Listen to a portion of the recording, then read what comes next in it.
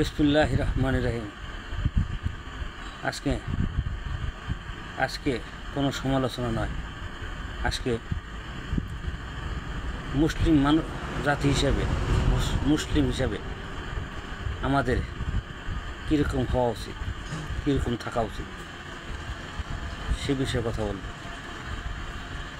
মহান রব্বুল আলামিন বলেছেন, নামাজ, রোজা, হজ, যাকাত যেরকম ফরজ, তেমনি করে মুসলিম জামাতবদ্ধ জীবনযাপন করবে সেটাও ফরজ।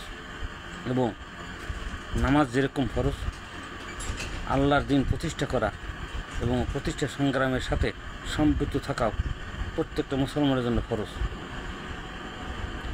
যেভাবেই যে ব্যাখ্যাই দিক না কেন, এটাই সত্য কথা। জামাতবদ্ধ জীবন যাপন করা ফরজ, তার প্রথম উদাহরণ হচ্ছে আল্লাহ রসুল বলেছেন, যখনই আজানের ধ্বনি শোনা যায় তখনই তুমি যে প্রান্তে থাকো না কেন জামাতবদ্ধভাবে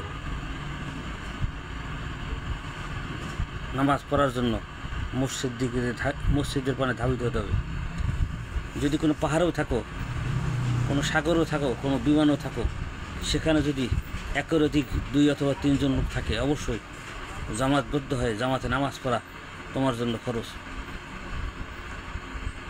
একা নামাজ পড়লে হবে, তবে জামাতে নামাজ পড়ার কথা এভাবেই বলেছেন। আল্লাহ রাসূল আরও বলেন, যেরকম কোনো ভেড়ার পাল থেকে একটা ভেড়া যদি আলাদা চলার চেষ্টা করে, সেই ভেড়াটা যেরকম নেকড়ে ভাগে ধরে নিয়ে যাবে, তেমনি করে জামাতে নামাজ পড়া এবং জামাতের বাইরে গিয়ে নামাজ পড়া শয়তান ওই মুসলিম ভাইকে ধরে নিয়ে যাবে। সে অবশ্যই নেকড়ে বাঘের মতো, নেকড়ে বাঘের হাতে যেরকম সেই ভেড়াটা ক্ষতিগ্রস্ত হবে, তেমনি ওই মুসলিম ভাই জামাতবদ্ধভাবে নামাজ না পড়ে একা নামাজ পড়লে সে শয়তান দ্বারা তেমনিভাবে ক্ষতিগ্রস্ত হবে। তেমনি করে রাষ্ট্রীয় জীবনেও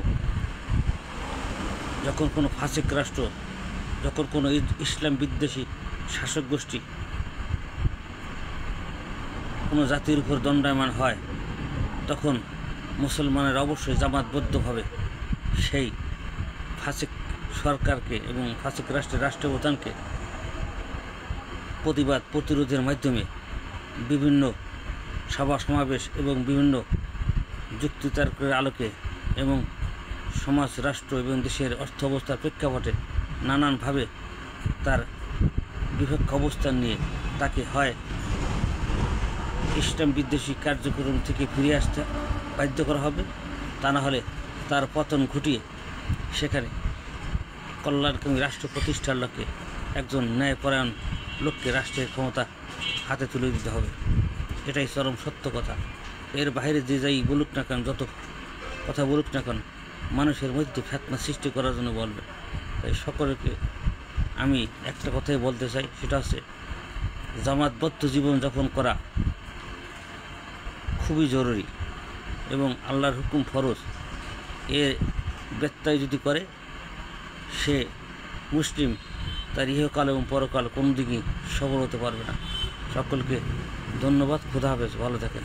আল্লাহু আকবার।